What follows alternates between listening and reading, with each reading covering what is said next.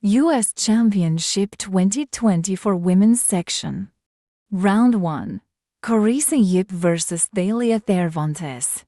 Moving on to the U.S. Women's Championship, couple of big decisive games here, starting with Carissa Yip, defending champion, defeating WGM Thalia Cervantes. This one came out of a Queen's Yama decline Tarash. And we get a pretty typical structure where black is this isolated deep pawn. It's a little bit worse for black, but objectively it is definitely a very playable position. But here what happens is white ends up making very natural moves, just developing all of her pieces. Black does as well, bishop to g4 and now rook d8. But then after queen to c5, all of a sudden black ends up getting under a lot of pressure here. As the queens come off in this endgame, black's pawn on d4 is definitely a target. And here white has the idea of playing h3, kicking the bishop back, and then going knight e1, knight to d3 with a very nice regrouping and blockading the d pawn. So black goes rook to e7, and then white carries out her plan with h3, bishop e6, knight to e1. Already it's very, very unpleasant here. Apparently, according to the engine, black had to find the move d3 here. That's not so hard to find, but then after e3, white is still threatening ideas of like knight e1 and h3 and so on. Here black would have to find move rook to c8 in order to hold the balance. A very, very tough move, basically just leaving the d pawn unprotected, with the idea of playing knight to b4 and getting counterplay on the c-file and eventually against white's back rank. So that's very, very tough to see. That's computer stuff, which just indicates that the position is already probably pretty difficult for black to hold. In any case, we have rook e7, h3, bishop e6, knight to e1. Now black definitely needed to move this knight, something like knight to b4 or knight b8 to avoid bishop takes c6. But Thalia ends up allowing you the rook d7, and after takes, then h4, just saving the h-pawn. This endgame ends up being very, very nice for white, as she has basically better minor piece, a good knight against not so great bishop, but really white's structure here is just fantastic. Fewer pawn islands, fewer weaknesses, and then Carissa ends up showing really nice endgame technique here to end up converting this one as one pawn goes down. Eventually white piles up on the queen side, and then she just gets this massive pawns going on the king side. Knight starts hopping around, and yeah, it was basically just clean up from here. Knight h6, rook h7, and black resigned as she's 3 pawns down. Each pawn is not going anywhere, and the endgame is of course completely lost. U.S. Championship 2020 for Women's Section. Round 2. Rose Atwell vs. Carissa Yip. Moving on to the U.S. Women's Championship, here we had the key game between Rose Atwell and Carissa Yip, and this position was quite complicated. After white's last move, rook to c5, we have a very, very dynamic position on the board. All the pieces basically still available for both sides. Here after rook c5, white is putting pressure on the d5 pawn. Now the game continued. a3 from Carissa, bishop a1, queen to d6. Rose plays knight to b5, very reasonable move, hitting the queen on d6. Black takes on b5, rook takes b5, queen to d7, and now rook b6. Very unfortunate blunder from Atwell here. After the move d4, all of a sudden it turns out the white's rook on b6 is going to get hit with knight d5. Coming next, and it turns out this rook is trapped. So better would have been rook c5, of course, for white, where the rook has a lot more squares. And then white would have maybe a small edge here. The position would still be very, very close to balanced. Instead we saw rook to b6 in the game, and now d4. If knight c4, for example, then knight d5 anyway, and the rook isn't going anywhere. Black is starting to take, and then knight takes b6. Instead Rose tried knight c2, but now knight d5. Bishop takes d4.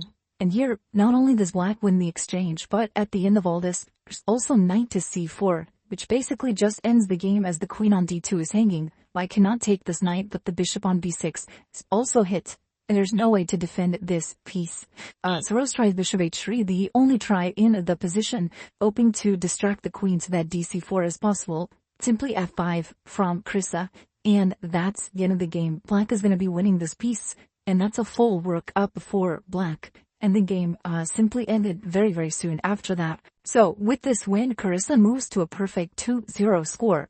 Actually, the only 2-0 score in either U.S. Championship 2020 for Women's Section. Round 3. Carissa Yip vs. Jennifer Yu. Moving on to the U.S. Women's Championship. Here, of course, big game of the round was between Carissa and Jennifer Yu. Jennifer being the 2-time champion. Carissa here playing white, and She goes for the open Sicilian. Jennifer chooses the dragon. Definitely very, very risky line, as there can be a lot of complications in this opening. And here Jennifer decides to play an early h5. These lines have become very, very trendy these days, where white isn't allowed to play g4 super early, but nevertheless these positions get very, very complicated very quickly. So castles, bishop d7, king to b1, e6, and now knight to d5. Very logical play from Chris, who just tries to trade off the knight on f6, and eventually is just developing here with bishop to c4. Knight e5 played, now white goes bishop to g5, putting pressure, looking to trade on f6, double black spawns. Black took on d5, ed5, queen to c7, rook to e1. Now the position becomes very difficult for black at this point. Best was to just castle, allowing white to take on e7, with the idea that black just wants to sacrifice this pawn in order to get the pieces out. Rook e8, bishop g5, and rook c8, for example, or b5, and apparently black has fantastic compensation here. Really difficult to figure this out over the board, but what Jennifer ends up doing here definitely doesn't look better. She plays f6 in order to prevent white from being able to take on e7, bishop h4, and now castles queenside, but this ends up being extremely risky, as black's king on the queen side is very vulnerable. At this point, Krista just starts launching the attack. Bishop f2, f4, bishop h6, h3, nice move, stopping knight to g4 here, knight c4, and now queen to b4. And yeah, black's position here is just kind of falling apart. e7 is hanging, c4 is hanging. Here, black tries b5. Now a4 definitely was a nice move, just undermining the knight on c4. But Krista goes for a much more direct bishop takes c4, queen c4, and now queen a5, just hitting this pawn on a6. The point is, if black plays king to b7, white could take on e7 here, but much stronger is just knight to c6, where queen b6 check is coming in because of the bishop on f2, and black's queen side is just falling apart. So queen takes d5 is tried, probably the best defense. But now rook takes e7, queen to b7, queen c3 check, king to b8, and a very nice combo here, rook takes d7. After queen takes d7, knight c6 check, white is winning back the exchange. If rook takes d7, then also knight c6 was the point. And then the rook on h8 is hanging, so white is winning back all the material with interest. So queen takes, knight check, king e8 takes. Now material has equalized, but white gets queen a5 at the very end. And there's no good way of defending the a-pawn because white is hitting the pawn and the rook on d8. If king to b7, then queen to b6. Check once again, and the queen will take on a6. So black tried bishop takes f4, but now white takes this one. Queen b6 check, rook to d1, and at this point, the position might have been holdable with the engine, but really, really hard to play this position, especially in time trial. Both players here down to under 5 minutes. And yeah, running out of time. So very difficult to defend this with such a weak king. Rook e5, queen c4 check, and pretty soon Krista just hunts down the weak king, also picks up this bishop on f4, and at this point it's basically just over. The players played a couple more moves, but yeah, once they got to the time control, it was all done queen a6, and yeah, that was it. So very nice win from Krista. She stays perfect with 3 out of 3 as she tries to repeat and win her second straight U.S. Women's Championship title. U.S. Championship 2020 for Women's Section. Round 4. Irina Krush versus Carissa Yip. Moving to the U.S. Women's Championship, big game today between Irina Krush and Carissa Yip. Irina a couple points behind Krista in the standings, so definitely looking to win this game and catch up. Krista in the lead, and of course looking to win once again and win a second straight title in a row. And she goes for a very, very risky line, the so-called Gingy Indian with c5 and bishop takes c3 followed by e5. But this one is quite playable, leads to a very, very closed and difficult strategic position. And yeah, this game ended up being very, very complicated, very messy. I think Krush was caught a little bit out of prep on this one, not exactly sure how to develop her pieces, but she ends up going with something pretty classical and standard. The position ends up being very double-edged as Carissa now plays king d8 and king c7, taking advantage of the closed position to bring the king over to the queen side. And yeah, things get very, very difficult here, as both players basically build up on their side of the board. Black just blockades here with b6, very hard for white to break through, so she plays f3. But now black's kingside counterplay starts coming in, and Carissa's position actually for a while here did look very, very good. As she builds up on the king side, king comes back to c7, knight e7, queen h7, and eventually here black does prepare f5 and start opening things up. So now the game is very, very sharp. ef, knight f5, knight to g4, h3, black looking to open up the king side and go after white's king. Rook to f8, king to g1, knight e7.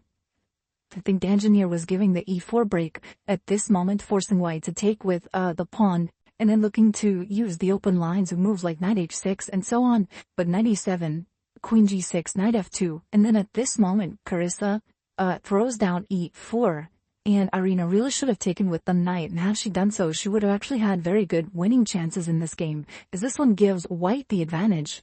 For example, black's idea is likely to play g4 and undermine the knight, but then white could play bishop to d3 with threats of knight takes c5, for example, lining up the bishop against the queen. I was looking at maybe knight to e5 here, queen to h5, then white could take, queen takes g4, knight to g5, and yeah, engine gives white a big advantage here, of course, and it's very, very complicated, but had she found this would have definitely been quite nice. Instead, we saw f takes e4, allowing Carissa to execute her idea. Rook takes f2, very, very interesting exchange sacrifice, king takes f2, and now queen takes e4. All of a sudden, black's pieces are coming in. Queen to g2 check is a big problem for white. The knight is coming to e5 as well. And yeah, here black just gets a major attack, so position completely explodes. Bishop takes g5, check, queen takes h2. Irina grabs on e7, now takes on g3. Queen f4 check, white's king ends up running to the queen side. After queen e4 check, king b3, queen takes e7. We're left with this material imbalance where black is actually down the exchange, but has a very, very strong h-pawn, and white's pieces are all piled up on the queen side. So really, really interesting endgame that the players find themselves in. Of course, actually at this point, they're about to reach move 40. So king a3, queen h4. They get the extra time to play this out. And objectively, I think this position is close to equal or close to a draw, but ends up being very, very tricky for white to play, as his h-pawn is just super, super annoying to deal with. White also has to keep the king defended, like the c-pawn, for example. So yeah, what ends up happening here is the players repeat a couple times, bishop f1, queen h4, bishop d3. But now Carissa decides to go for it, go for the win with knight to e5. Very, very nicely calculated here, hitting the bishop, hitting the c-pawn. Irina takes on b6, this is their critical move. Now knight takes d3, and here rook to b7 check apparently would have held the draw for white or led to a forced draw. After king to d8, queen to b5. We have some tremendous complications, but basically white is going to be able to force perpetual at some point. Instead, crush play queen to b5, which is a lot more natural, turning queen c6 check, but now comes knight to b4, and this was likely what Chris had calculated. I think Crush also had seen this ahead of time. Fantastic shot, blocking the b file. So now if white takes with the pawn on b4, black will go a takes b4 check, for example, king moves, and then rook takes b6. All of a sudden black is a piece up and has a completely winning position. So instead white plays rook takes a6. The engine gives rook to f1 as holding a draw. Good luck finding that. I have no time on the clock. So rook takes a6, much more logical response. Bishop takes a6, queen takes a5 check, king to d7. White has time to grab the knight on b4, but now the queen, it ends up being completely cut off from the game on a5, and Carissa correctly realized that she's actually winning this one just by bringing in her queen with a bunch of checks, getting counterplay, and then eventually using the h-pawn. So that's what ends up happening here. Queen e5 check, king to c2. It's very hard for white to find a good square for the king, as the queen, of course, wants to get in. The bishop also wants to get in, so king a2, bishop takes c4. That's immediately over. But here Carissa manages to find the right sequence of checks. Queen e2 takes on c4 with check. And now queen to d4, and now the bishop is ready to get involved. And yeah, this is just lost for white. So if king a3, for example, then there's queen c3 check. Let's say rook to b3, then queen a1 mate. Or if king a2, then there's gonna be bishop c4, and it's all over. So in the game we saw king to b2, or king to c1, excuse me, if king c2, then there's bishop d3 check, bishop gets involved this way. And that's end of the game as well. After king c1, it was queen c3 check, king d1. Here the bishop doesn't have any good checks, but there is h2. And that just ends the game, as now the pawn is promoting, and white can't stop it. White doesn't have any good checks of her own. So incredible win by Carissa. Very, very sharp, chaotic game, but she manages to take it in the complications. Thank you for watching the video. Please like, share, and subscribe.